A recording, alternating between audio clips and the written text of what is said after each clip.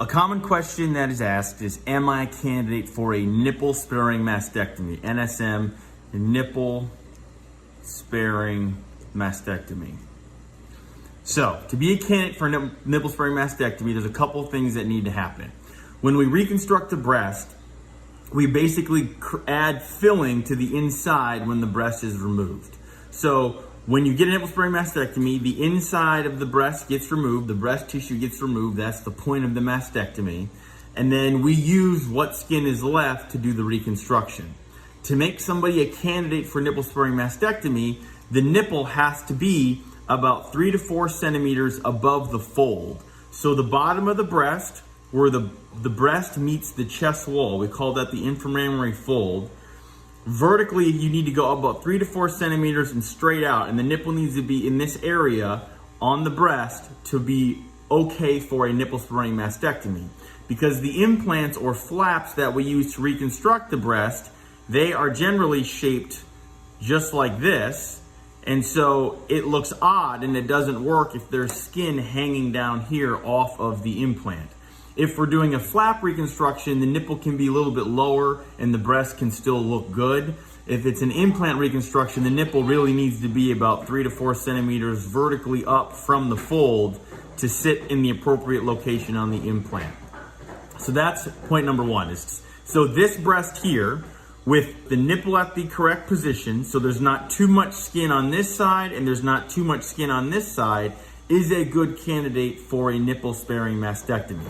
So this mastectomy could be done through any incision on the breast. We would probably use an inframammary crease incision right here to go in, remove the breast, and then put an implant or expander in to do the reconstruction, or a deep flap for that matter could be put in to do the reconstruction.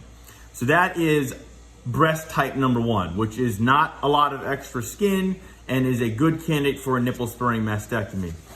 The other type of breast is where the nipple's too low, like that. But this distance from the nipple to the fold is not too long.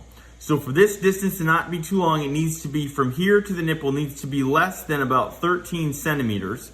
And if the nipple's too low, we can do a nipple sparing mastectomy, because what we would do is remove the extra skin here as part of the mastectomy. So I would remove that extra skin to get the nipple up where it's supposed to be, and all this tissue on the inside would be removed along with this piece of skin. So when we sewed it back up, the nipple would be lifted up to here, and there we go. We are okay for a nipple sparing mastectomy, but there will be a scar on top of the nipple. So in other words, this skin here, you can't really visualize the whole thing, but I'm going to kind of draw it out. So essentially what we would do is remove this shape of skin above the areola, so that when we sew it up, the nipple gets moved up where it's supposed to be, and there is a scar across the equator of the breast where that skin right here was removed to make somebody a candidate for a nipple sparing mastectomy.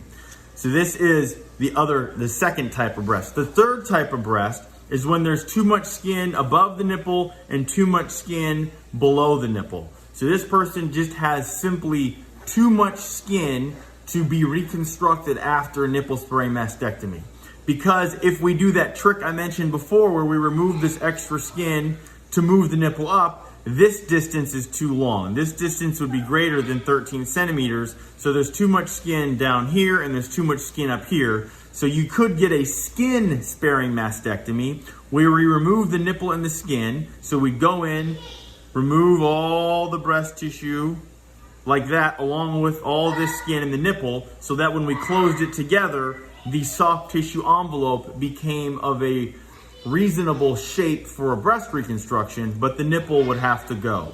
If you're in a situation where there's too much skin above the nipple and too much skin below the nipple, we can do a preliminary breast lift or breast reduction. So you could have a skin sparing mastectomy like I mentioned, or have a preliminary breast lift or breast reduction, but we need to wait about 6 weeks after a breast lift before we can do a nipple sparing mastectomy. Because in a breast lift or breast reduction, the nipple stays alive based on the breast tissue. So, for example, this nipple here would stay attached to breast tissue and get moved up, and all the skin would get adjusted and reduced to become this situation, which is then a candidate for a nipple sparing mastectomy. But we have to give this tissue time to heal in its new location before a mastectomy can be done, cutting out all of the breast tissue that is keeping the nipple alive at the time of a breast lift or breast reduction. So to review, if you have rather small breasts with the nipple in the right location, you may be a candidate for a nipple sparing mastectomy through an incision underneath your breast. If you are in a situation where you have a normal nipple to fold distance of less than 13 centimeters, but you have too much skin above the nipple and your nipples are too low, you can have a nipple sparing mastectomy via an incision above your areola that will remove this extra skin and the breast tissue at the same time.